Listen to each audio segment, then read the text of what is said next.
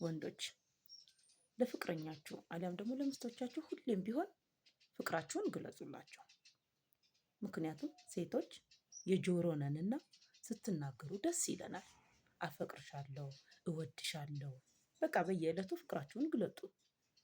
እንኳን እናንተ ኢየሱስ ክርስቶስ እንኳን ያ ሁሉ መስዋዕትነት እየከፈለ በተግባር እየገለጠ ግን እኔ እንደወደድኳችሁ እያለ እንደሚወደን ፍቅሩን እየገለጸ እየተናገረ ተግባርም እየፈጸመ፣ ስለዚህ ይሄ ምሳሌ ነው ለእናንተ። ሁለተኛ ደግሞ ምንም ነገር አትዋሹ። በቃ የሌለህን ነገር አትናገር።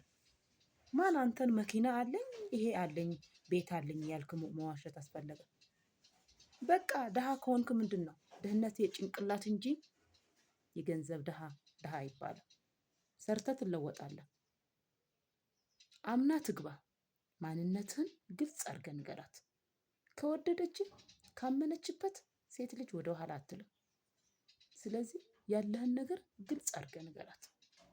በማንነት በንጹህ ማንነት ቅረባት። ያኔ እውነተኛ አፍቃሪ ከሆነች መቼም ቢሆን አትለይህም፣ መቼም ቢሆን አትርቅህም። ሶስተኛ ተንከባከባት። ሁሌም ቢሆን ተንከባከባት። በእጅ ስለገባች አትራቃት።